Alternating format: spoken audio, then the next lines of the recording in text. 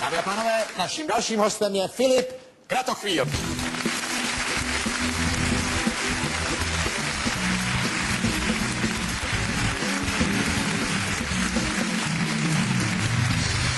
Máme dneska takový zpěvácký hory, Filip Kratochvíl, syn pana Kratochvíla a paní Bílé zpěvačky. No, tak. Tak jsem to dobře. Ano. Co ty děláš, Filipe? Já? Kromě toho, že jsi tady teďko? No. Si nemůžeš vzpomenout? No. Nemyslím, jako co děláš? Chodíš do školy? No, samozřejmě chodím do No, školy. samozřejmě to není, ale chodíš teda do školy? No, chodím do školy. Do Britský, vlastně v Kamíku, v Praze 6, ne, 4, pardon. A snažím se, jako, že by mi to moc šlo, ale jo, je to dobrý. No, ale to je jaký druh školy? To je jako Jakoby jazykovka Gimple. jazykovka. Gimple Britská, to je dobrý, no. Ne? Že tam jsou sami cizí děti. Sami cizí děti, sami cizí učitelé, takže já tím nadávám jakkoliv, tak mě nerozumějí. Takže to Když má... nadáváš, tak ti nerozumí a zároveň tam není takový to, že seš tady od Lucie Bílý a pana Kratochvíla, že nejseš takový synek, víš? No, přesně. A co třeba kamarádi, tak jak ty to berou? Kamarádi to berou v pohodě. Myslím takový ty, co znáš dlouhodobě, ty český kluci. Český kluci v pohodě, my se prostě, oni se nezahlají, že jako kdo jsou mý rodiče, ale spíš jako prostě jaký jsme my kamarádi, to je to hlavní. A co teda by ty si řekl, jako, jaký to má výhody mít třeba takový rodiče, nebo maminku, zpěvačku známou? No, Má to nějaký výhody? má to třeba výhody, že třeba bydlíme v nádherném domě, že chodím do té školy, jaký chodím vlastně. A že jezdíme na dobrý dovolený. Zase nevýhody takový, že třeba noviny a takovýhle věci, jako dá se s tím žít. Jako nevýhoda noviny, jako co? Nevýhoda noviny, jako, no, že občas píšou dobře, občas špatně, jako, to je tak vždycky jiný. No ne, tak ale to je jasný, tak to s tím souvisí, ale třeba říkáš dobrý dovolený, jo? No, dobrý dovolený. No tak na dobrý dovolený někdy jezdí taky děti s rodinama, který nejsou známí, ale Jo. mají taky na tu dovolenou, že? To je hlavní. No ne, ale tak je ti to příjemný, nebo někdy bys to vyměnil za to, že by radši... Někdy by to bylo lepší, kdybych nešel třeba prostě po nějakým nákupním centru a všichni se podívali na mě, hele, to je on, jako to, bylo by to lepší. Že tak znají? Nebo když jdeš s mámou? Nějaký, právě, že občas i když jdu sám a to mě právě štve. Když jdeš sám, to se po dnešku může zhoršit ještě. No, přesně. Ale neboj se, to je tak na týden. No. Než se přijde další Filip, on to přemázne. Doufám. Doufáš? No a co ty bys chtěl dělat teda, tak...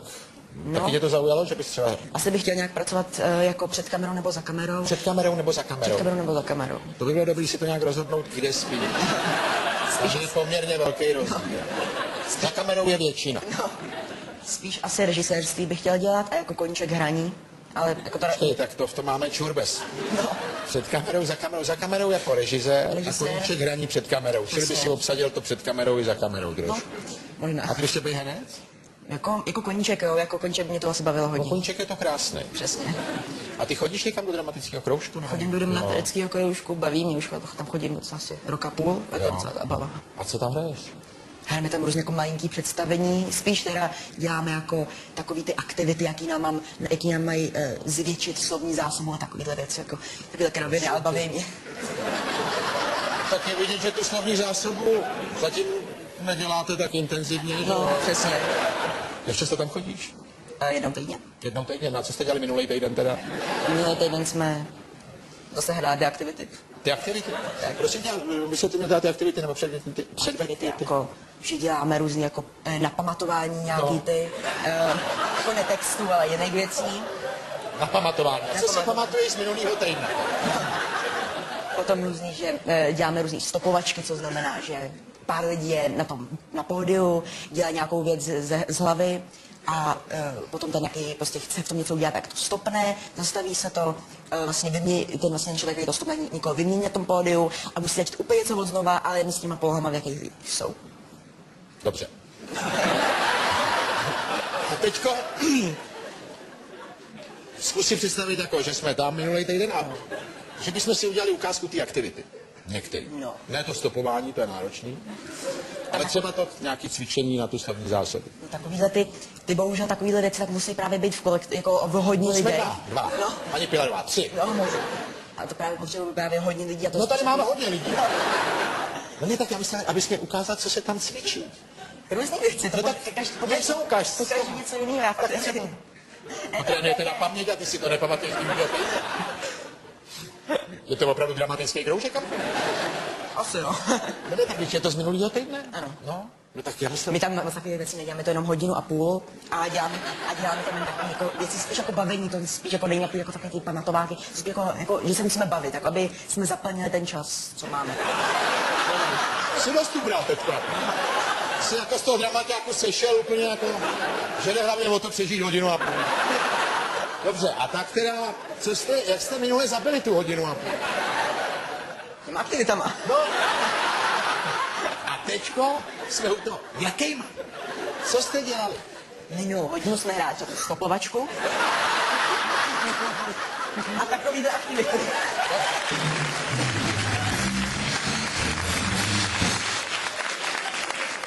Čili byla stopovačka a aktivity. Ano. Stopovačku si necháme na potom. Ano. A teď ty aktivity. Různý. Byly různý. Já vím, to je prostě na to, abyste si pamatovali a hodinu a půl. A to je. A spíš takový ty hry jako třeba hry na babu taky. A takový to jsou takový kraminky, aby jsme se bavili. Jsi říkal, že chodíš do dramatického kroužku? Taky jsem si to myslel začátku, když jsem začal chodit. Tady, když jsi to říkal, jsi to ještě myslel, ne? No jsme a víte, máma, kam chodíš? Myslím si, že jo. Jo. Platí to tak asi, jo. Platí to tak asi, jo. No a tak to bude teďko kolik let? Teď mi bude 14. Teď ti bude 14. Čili už začínají i holky, že jo? Už dávno. Jak dávno? Jsi říkal před chvíli, si nepamatuješ, co bylo minulý týden. Čili jak dávno? Tak rok, 2. Rok, 2. Vzadu. No to jasný, že nedopře. To zase tak blbej nejsem, ale jak se to jako projevuje? Mně? Tady to se mi líbí. Tak třeba, tak teď je otázka, jestli se já líbím jí. To je. No. A potom jen třeba kino a takovýhle věci a potom prostě to takhle jde dál. A takovýhle ty mladí lásky, to ještě prostě to není nic intenzivního, bohužel. Bohužel si říkal. Bohužel nejsou intenzivní tak moc. Pardon, vy se tam učíte tu slovní zásobu, čemu říkáš intenzivní? Intenzivní jako dlouhé. No a když si takhle mluvíš, prosím tě, co tě na ní zajímá? Co tě nejvíc fascinuje na holkách? Nic fascinuje. Asi jako každého kluka tělo. A hlavně jako, spíš jako problémy, neproblémy, jako... Ty budou jako... Tělo a problémy teda? Nemyslím takovýhle problémy, ale jako problémy jako v životě. Dobře, čili nejdřív tělo, když je dobrý, tak problémy, neproblémy. No, To jí tak jako proklepneš? přesně. Na to máš nějakou metodu? No, to na to u každý jiný. Každý jiný. Ale problémy třeba co? Různě. Prostě potřebuje něčem pomoct, pomůžu jí, snažím se jí víc vstříc, ona se snaží být vstřícný, ale je to tak to běží dál. No to nebudeme radši ani dopodrobna probírat, jak si to jde vstříc. A když říkáš to tělo, tak co je dneska takový ideál krásy? Jako nemusíš to popisovat, myslím třeba takový nějaká modelka nebo nějaká žena, která je takový podle tebe ideál té krásy? No, mix všech těch, jaký je pro hodně lidí. Počkej, s tou slovní zásobou už to přehnal teď. Mix všech těch lidí je pro hodně lidí. Jako, to je pro každého jiný. No a z těch vlastností je pro tebe nejdůležitější co u té holky? Aby byla milá, Aby byla milá. vstřícná. Pardon, to vstřícná, co ti myslíš? Vstřícná, jako že mi nebude lhát. Že ti nebude lhát. Čili v čem ti nebude lhát? Čili v tom, že nemá někoho jiného. Že nemá nikoho jiného. Aby nebyl takový andílek, aby byla jako napůl. Napůl jako jak? Napůl jako učení na prvním místě. Napůl jako učení na prvním místě. Napůl jako ta půlka, ta jako andílek, jako právě že ne. Aby byla jako normální. Normální holka. No, napůl, ale normální. Napůl normální. Čili já vůbec nevím, jaká má být. Napůl jako učení na prvním místě, to ne, nebo to? Právě že... To ne. To ne. To ne. Čili na učení kašlem, to je jedna půlka a druhá půlka. To byla ta lepší půlka nebo horší tohleto na učení kašlem? Byla to právě horší, jako právě nechci. Je to nech, ty chceš, abych byla na učení. Aby nebyla právě.